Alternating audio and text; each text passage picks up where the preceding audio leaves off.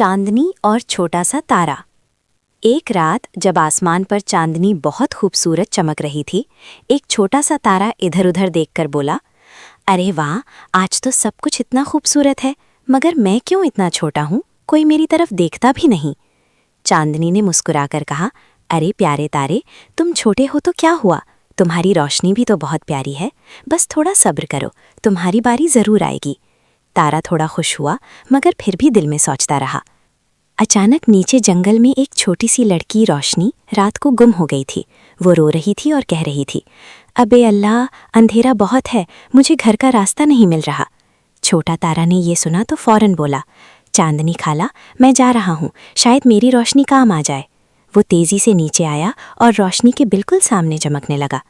छोटी लड़की ने ऊपर देखा और खुशी से चीखी, वाह, एक छोटा सा तारा मेरी मदद कर रहा है।